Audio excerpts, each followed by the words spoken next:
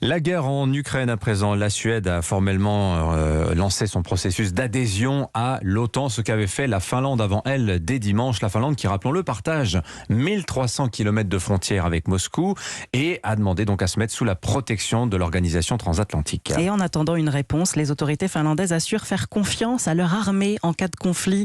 Dans ce pays de 5 millions d'habitants, on compte 800 000 réservistes et ils sont de plus en plus nombreux. Le reportage de l'envoyé spécial d'Europe 1 à Helsinki, Caroline Baudry.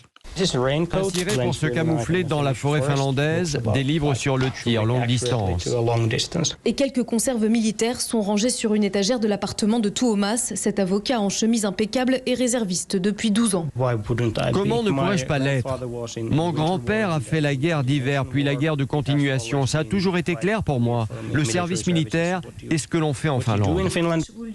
Vous seriez prêt à vous battre?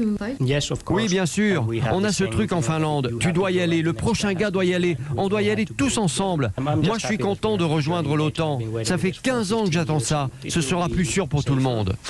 Samedi, il s'entraînera lors d'une séance de tir avec de nouveaux volontaires. Chaque jour, une douzaine de personnes écrivent à aussi de l'association d'entraînement La Défense Nationale. Juste après le 24 février, dès la semaine suivante, beaucoup de personnes nous ont joints.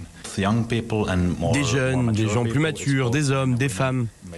Même un travailleur du bâtiment à côté d'une personne sans emploi ou d'un médecin. La situation sécuritaire étant ce qu'elle est, les gens sont très motivés à agir. En mars dernier, 5 fois plus de Finlandais ont appris à manier les armes que sur la même période il y a un an. Helsinki, Caroline Baudry, Europe 1.